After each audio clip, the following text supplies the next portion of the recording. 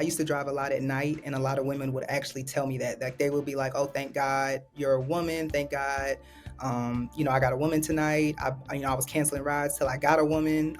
Thank you for picking this one up. People were canceling on me, stuff like that. So, yeah, they are very, very appreciative. Very, very appreciative. Hey there, everybody. Welcome to the show. I'm your host, Michaela Pereira. As a rideshare driver, Jillian Anderson noticed a gap in the fledgling industry, a space where women could feel safe getting a ride at all hours. She partnered with DeVynne Starks, and in 2020, they launched HERide, a rideshare app created for women by women, and they both join me now. This is such a great honor for me. Congratulations, first off. Thank you. Thank you for having us. I can see the smile on your faces. It is like it feels good when you create something that the world needs, doesn't it? Yeah. It does. It really does. Jill, you actually were a rideshare driver yourself, right? Yes, indeed. I actually started driving for Uber and Lyft when I first moved to Atlanta. And what did you like about that job? What did you find like that worked with your schedule, with your life? So it worked best with my schedule. I was trying to go pro for basketball at the time, and so I decided to drive for Uber and Lyft because it just worked out best for my schedule. I used to work out like 2 or 3 times a day, and so that doesn't you can't really work an 8-hour job when you do that. So that's why I started. You still playing ball? I don't, but You can. I'm You always can. Oh, I know you can. You stay ready, don't you, sis? So you what did you notice as a driver about how people would react when you roll up to pick up a fare and it's you at the wheel? a lot of women were thankful. So I used to drive a lot at night, and a lot of women would actually tell me that. Like they would be like, "Oh, thank God you're a woman. Thank God, I got a woman tonight. I was canceling rides till I got a woman. Thank you for picking this one up. People were canceling on me, stuff like that. So yeah, they are very, very appreciative. Very, very appreciative. I just was feeling what I felt like to be that person. I've done that a bunch of times, going out for a cocktail with a friend and then let me just get a ride share, let me get an Uber, let me get a Lyft, and being a little nervous. I put on all the safety things on my ride to make sure that my boyfriend knows where I am and that I'm in a car. There's a level of personal security, DeVynne, that women always worried about, right? There is. There really is. And I think that, the great thing about HERide, right, is that it's an alternative option. So, the question that we get a lot is, are you trying to come in and like take over the market? And really that isn't our quest whatsoever. Funny how people are like that, right? No, it's and, not or. Right? Exactly. So, we really are just excited to be able to present this opportunity to women who have specifically been looking for every single time they go to book a ride, they'll know automatically that it's a woman transporting them. And so that's the beauty in it all, is that you don't have to question, well, is it going to be a man, or, will I get a woman? Every single time that you book with HERide, you have the luxury of being able to be driven by a woman. And that's awesome. Just hearing you say that, I don't know about you, but like my shoulders just dropped a little bit because that's a level of tension that we just carry. We have to move through the world a little differently until the world changes and catches up with us. It just is the reality. Jill, this is an Atlanta-based app right now, but question mark, dot, dot, dot. I mean, is the idea that you hope to grow it? Yes, so we do plan on growing this beyond Atlanta. We want to be in every major city in the United States as well as international. So any city that needs our services, that's where we want to be. HERide. I love that. Okay, so let's take it back. Let's take it back, people. We're going to go back in the Wayback Machine. So you're driving for the other rideshare programs. You come up with this idea. How do you go from an idea into creating something? For me, it was all about putting it on social media, actually. I said it on social media. I put it on my Twitter. I was like, I'm going to start this rideshare company. It's called HERide. It's going to be a rideshare for women, by women. And I kind of held myself accountable to it. I also paid for the trademark before I got the app developed. And so that was kind of like a thing that was like, so you got this trademark, you're going to actually do something with it. And so that's kind of what kept me kept me going and kept me motivated. And then just the feedback that I got. Not gonna lie, if you get positive feedback for your ideas, it keeps you motivated. And so every time I talked about it on social media, anytime I shared it with friends, people shared it back. People thought it was a good idea, and they kept telling me that it was something that was needed. Both of those things that you just mentioned are a way that they're like a way to keep you honest and keep you accountable, right? Mhm. Yeah. Because when you're starting something, there's so many challenges and hurdles, and you have to be able to determine whether that's a speed bump for you to go over or a redirection. I played three different sports in school, so I'm really used to adapting to new situations, new environments. I'm very easy to adapt. Well, that's that athletic mentality for sure. Okay, so the idea is there. You've got some presence on social media. How does DeVynne come into the picture? Because now I understand you guys go back. You knew each other from college. Yeah, we go way back. So funny enough, Bill was actually my RA in Stop college. it. Stop Yeah. Yeah. it. No, we knew each other. Like you said, we go way back. But just like with any college student, you kind of matriculate through school, you graduate, everyone's trying to figure out like, what the heck do I do now? Entering the workforce. And, you lose contact with people. And then so one thing led to another. Of course, we ended up, kind of getting back together. And Jill had like gave me a call and she was like, hey, look, I see what you're doing.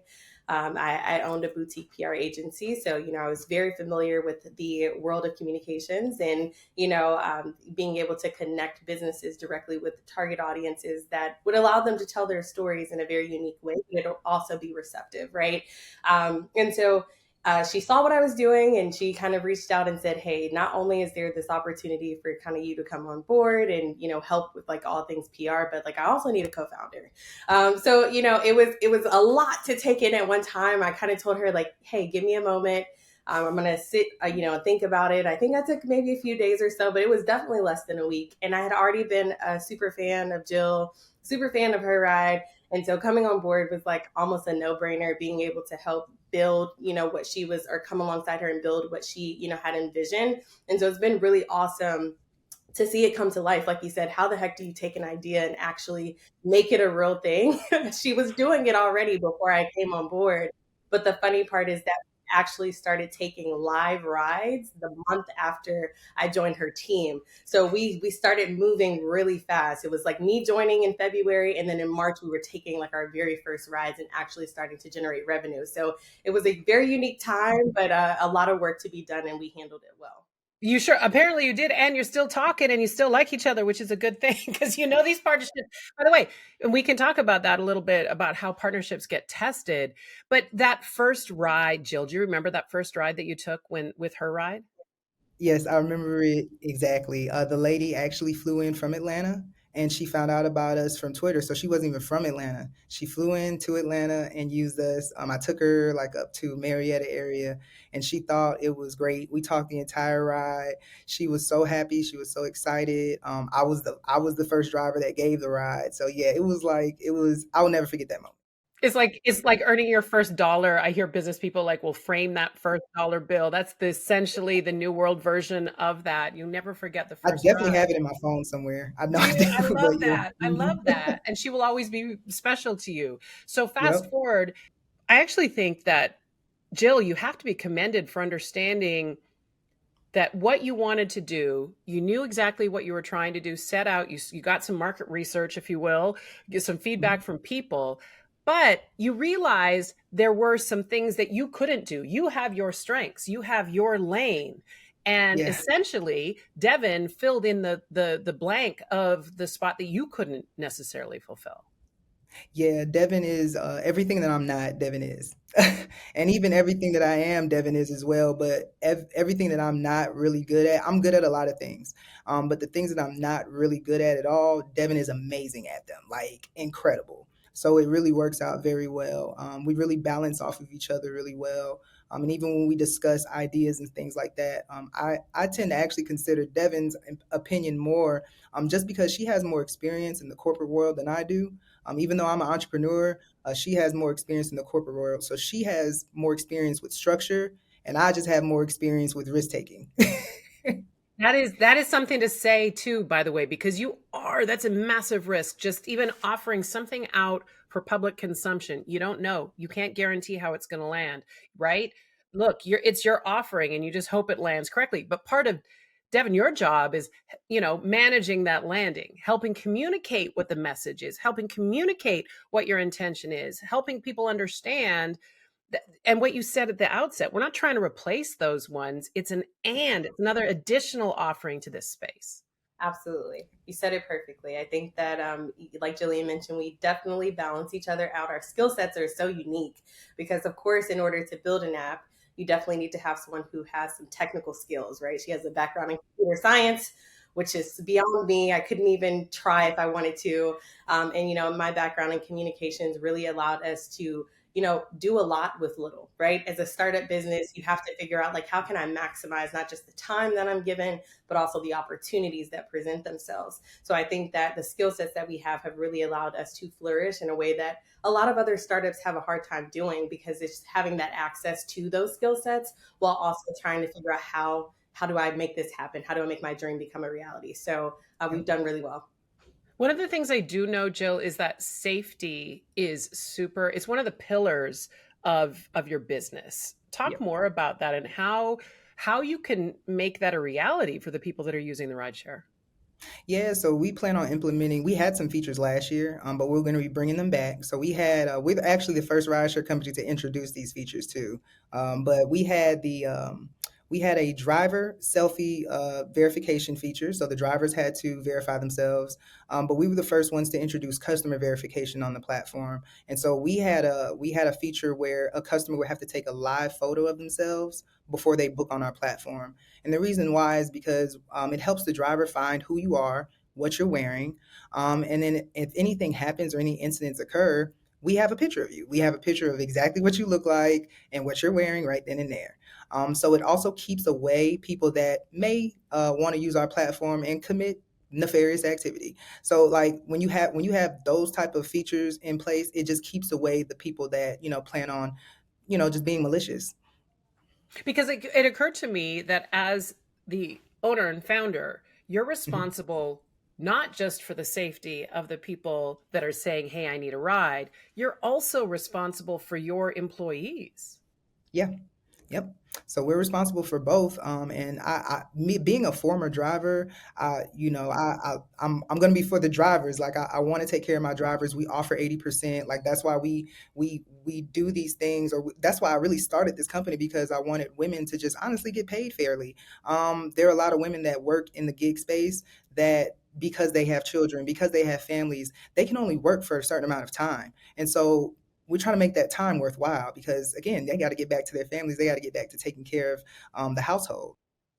I love this thing, Jillian, so much of this time we're in that. And it's one of the reasons that this podcast is focusing on some of these conversations. This show is focusing on some of these conversations, is that I love talking to people who see a need, feel a need, experience a need in the world that isn't being fulfilled, and they solve for it. They say, Yep. "Okay, I can't be the only one that is experiencing this. Let me put my smarts together with somebody else and create something that will fill it." Yep. That's all. That's me in a nutshell. And Devin, it's you too, right? I mean, that's a beautiful thing when you get called in to support someone who's got this great vision. Uh, but it also making sure that you stay true to the vision that Jillian has laid out. Exactly. Kind of going back to what you were mentioning about, it's hard, kind of managing a partnership, right? When I came in, and this is very true to like my personality through and through, I'm very much so a servant. So I'm always like, okay, how can I help this person? How can I serve you? Like that. And that's really just who I am. So like coming in, my very first like task internally without Jill knowing was like, how do I get her to trust me, but also like relinquish some of this responsibility, because I knew that she couldn't do it all, but she was still going to try. And so it was, building a personal relationship. Although, like we said, we knew each other in college. It's different, you being my RA and me being a resident in the building versus us truly understanding each other and you knowing that I'm here for you and the success of the business, right? So it was building that personal relationship. And I think that allowed for us to flourish in terms of doing business together. And then once we kind of got our rhythm of things, she slowly started to relinquish some of those things. And we had a lot more like brainstorming sessions to figure out, okay, you handle this, I handle this, because we're doing, like, once again, we're doing so much with very little. And so it's been an honor, serving alongside her and staying true to, like you mentioned, what her mission was sought after, initially, but also like expanding that as well too, as we learn and grow. The overall goal is the same, but maybe how we get there, that route looks a little different. So it's been great being able to really build and the gap, bridge the gap, and build with Jill. Jill, I think about the fact that she mentioned the word trust, and that's a two-way street. You can't get around that. She had to earn your trust. You had to earn her trust. What was that like for you? Because this was your baby, right? And to be able to like say, okay, I'm going to let you into this space because I know you're here to help. What was it? Was that easy for you to do? So for me, it was very difficult, not gonna lie. DeVynne's actually my third co-founder. So It was I a was actually process going then. into my third relationship. So yeah. Yeah, the third time's a charm. But for me, it was hard, but it was easy. So like once me and DeVynne started working together, I realized how easy this relationship was gonna be. DeVynne is someone who just does what she says that she's going to do. And I'm just like that. And so when I would give her a task, she would get it done way faster than what I thought she was going to get it done in. And I was like, okay, I Okay, think I've met we my found match. something here. We found Yeah, I think we something got here. something here. So it's been smooth sailing ever since. I think my, I think I think my issue with trust and something I'm just now getting over is social media. I think that's really been our biggest battle. We go go back and forth because I'm very vocal and active on social media, but being the face of your business, there's certain things that you can't. It's not can or can't say, but you don't want to put the brand in a bad light by giving off too many of your personal opinions. And so I've learned to really trust DeVynne in that sense, that understanding like, okay, I'm not changing myself, but I'm just, I guess, I don't know what's the word for it, DeVynne, You're adapting. evolving, adapting. Yeah, and I mean that's the beauty of, once again, talking about skill set. And it's like, Yeah. hey, if I work with clients all the time, and a part of what I do is, kind of that media training side of me kicks in, and it's like, okay, we can say what it is you want to say. There's a time and a place for everything, and so Mhm. that really is what it is. She's evolving, and that's And by the okay. That's way, what you should be doing. how Do you too. say it, right? How you say it goes a long way. Yeah, Tone. I talk about yeah. tone a lot, right? Tone is such a huge, huge factor. I want to say to you, Jill, and to you, DeVynne, you guys are really forging new territory here to be Black owned, women owned. You guys are pioneers in this space. How does that feel? Yeah, We are. Yeah, I was it gonna say, feels even good. it feels good, right? I don't know why I knew she was gonna do that. I'm not mad at it. Yeah, but it feels great. And what feels even better about it is, we're pioneers in so many aspects. Like, when looking at the situation, we are in Atlanta the first Black owned, the first female owned and female founded. Like, it's so amazing to see how many firsts are happening like simultaneously. And I'm sure we'll get into, our airport, but being in the airport, but all of that has been so amazing that by us taking the step to do it, we're looking back and there's so many other people saying like, hey, I can do that too. And we want to be able to showcase that there's room for everyone at this table. There's a seat for everyone. Bring one if you have to. You can share a seat with me if we need to. But truly, it's been amazing to see that through us pushing through, all of the kind of closed doors that other people have seen and kind of ran away. It's opened up so many doors for every other person after us. Amen. First of all, I just think it's incredible that you're inviting more people to the table and sharing seats. I think that's remarkable. I want you to address some of the realities of starting a small business and being an entrepreneur in 2024, especially when you think about the internet and social media and how it views that the lens that it views a small business. Like we know that social media just shows all the pretty stuff. But the reality is, it's long days, it's sacrifices, it's all of that. Jill, do you want to answer some of that as the person who started this beast?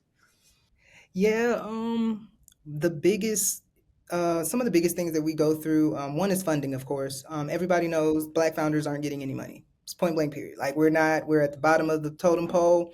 I knew that from the jump coming into this, and so I knew that this venture would have to be bootstrapped. I drained my savings to start this company. I still work, I still work full time. DeVynne still works full time, and so we had to be really, really creative in order to get funding. Thanks to DeVynne's earned media campaigns that we have done, we've gotten the recognition to where now when we apply for grants, people know who we are. People have seen the internet history on us. They've seen the articles, and so they're more inclined to grant our application because we're actually up and running and existing. And then I also got into pitch competitions last year. I speak pretty well. And I know my company inside and out. And so I decided to start telling our story. And so I was entering pitch competitions and I was winning them. And so we're going to keep it going this year as well. But those have been the two most nifty ways that we've kind of worked around that whole not having funding thing. But yeah, I'll let DeVynne tap in on the other on the other issues that we've been facing because it's a lot. It's Yeah, real. Yeah. it is real. I mean, some additional things that we've had to face is, at the start, you mentioned we are, females who created, an opportunity for other women to be able to always ride with a woman, right? But we also transport everyone. We give our drivers that flexibility to choose whether or not they want to be able to transport a male or not, without kind of giving them a ding on their report card, if you will, and limiting the amount of rides they have access to. And so, in doing that, there are some men who are supportive and they're like, this is awesome. I've been looking for an opportunity like this. I have a young daughter who's in college, and it makes me feel great to know that, she's away from home. However, she has this opportunity should she want to utilize rideshare. We've had people share, my grandmother has to go to, a doctor's visit every other week. And, this is a great opportunity for her to get there, because she's no longer driving. So we have men that are super supportive, but then there's this other side of it where we have men who aren't. And so we get, things like, hey, this is sexist and things like that. And that's not at all what we're about. We don't even feed into those narratives. But what I do like to tell men who are thinking from that perspective is that, most of the world is built around men. And you rarely hear women complaining about, I don't have access to this or that. We still have to navigate through, right? So we are merely here to be an alternative option, not to be the sole option. We either work for you and we are an option for you, or we aren't. But another thing that we also hear from men is that, are you really providing a safer option? And so we have to break it down in two ways, right? Having the option to have a woman as your primary driver, right, when you come to choose HERide, is convenience. It's an opportunity, right? You feel safer, but it's not like a safety feature in the app, right? So it's adding to that element of safety. However, it truly is a convenience to be able to say every single time I get the same thing, and that's what I'm requesting, and I know what I'm receiving. But then the other side of this is like the features that Jillian mentioned earlier that we've piloted, we know have worked, and now we're figuring out how to roll them out on a wider scale. And so this is what we mean by safety, right? We have the safety features that we know we've tried first. We've been able to implement them, pilot them, and we're trying to scale them out. We have a one-to-one, driver inspection that we do that is very different from every single other platform, where we are truly saying, hey, we have one of our, people on our team that actually come to the driver, to check, functionality of the vehicle, to make sure things are working, like seatbelts, to make sure your lights are working, that you have up to date, insurance. And these are not these are the simple steps that we're taking to ensure that, hey, priority for us is safety, meaning that every single opportunity that we can check for safety, we are doing that. It's So a when we say multi-point safe option, Yeah. right? inspection sort of, right, checklist. And in terms of onboarding the actual drivers and making sure that the drivers that you're hiring are of the highest standard, what are you Exactly. doing there? So the our hiring process, we use a different background check service than the other guys, and so it's a little bit more detailed. Now we're by the book. We go exactly by what Georgia state law requires, and so we're very, very I don't play about that. I don't play about the background checks. I don't play about the MVRs. And then like Devin MVRs, what's said, that? we Oh, have. motor vehicle records. Sorry, I was like, Oh wait, yeah, I'm what is sorry, MVR, motor vehicle records. Sorry.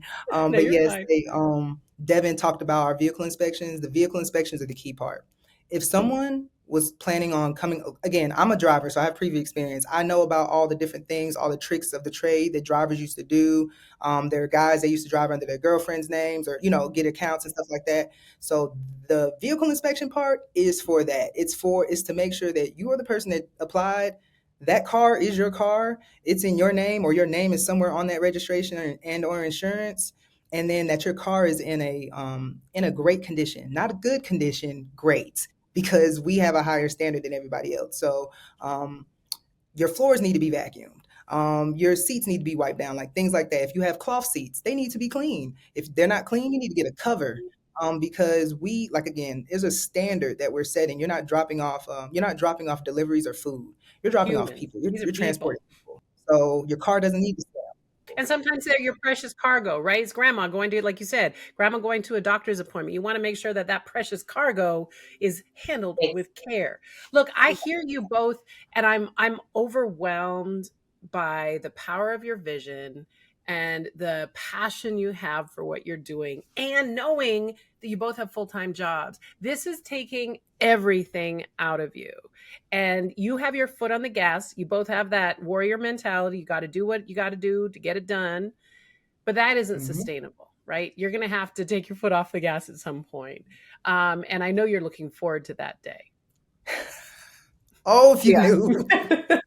Oh, if you only knew. But I do, But sis. yeah, we But I we we do. are. We're putting it in. We're putting that work in. But I do. But I do. But that's the beautiful thing about creating something on your own, is that you're willing to do it. It's different if somebody else is asking you to do it. The 9 to Yeah, 5 is asking you to do it. But when it's your thing, there's a joy, there's a pureness to that, like struggle. It feels so much better, doesn't it? it Okay, does. so long-term goals, anything on the horizon that you can share with us about plans? We're fundraising, trying to raise money. So if there's anybody that is interested in investing in her ride, we're doing a $500,000 raise right now. And so we're operating. We are generating revenue. We actually just had our highest month last month, and we've actually our numbers in terms of traction have gone up over 100% in the last quarter. So our numbers are growing. We're the right company to bet on. That so if anybody's interested if anybody has those funds, just hit us up, hit our line, hit Devin, hit me. That's the only I long love term it. goal we have right now. Anything to add to that, Devin? Nope, she said it She perfectly. said it. Look at she's actually listened to all of what you've been sharing with her. She's growing. She's growing in the marketing space. And also, by Yep. the way, I have a quick question. Was she a good RA? She was awesome. She was I hard was and the tough. You best. see her now, right? But like, I she was got great. voted favorite RA. She was Favorite great. RA. Favorite Yep. RA. I love it. At Albany State University. I love that. An HBCU. Yep. Proud alums. Yeah, go Rams. Look, I am thrilled. And we got to point out to everybody, when you are in Atlanta, HERide, it's an app that people can have on their phone. Yep. HERide, and it's the light purple app. And when you fly into Atlanta, pre-book with us. So we've been doing a really good job of completing our pre-book trips, those book in advance trips. So I tell everybody, if you're a new customer, pre-book with us. Pre-book, pre-book, pre-book. Pre-book, pre-book, pre-book. If you hear anything from this conversation, when in Atlanta, pre-book with HERide. This has been so Yes. fun for me. I feel like I am better when I'm in conversation with people who are doing big things, and y'all are doing big things. I'm proud of both of you. Auntie Michaela over here on the West Coast is cheering you on. I cannot wait to see this expand into cities, because I know myself, I would use this, and I know my girls here would use it as well, because it's just that level of I don't have to worry. I can just not have to have my guard up, as always. Jill, Devin, thank you so much for representing HERide, for creating it for the world, and for joining me here on the show. Much success to you both. Thank you. Thank you. Thank you for having us. It's been great. And to everybody else that's listening or watching, thanks so much for tuning in, and we'll catch you next time.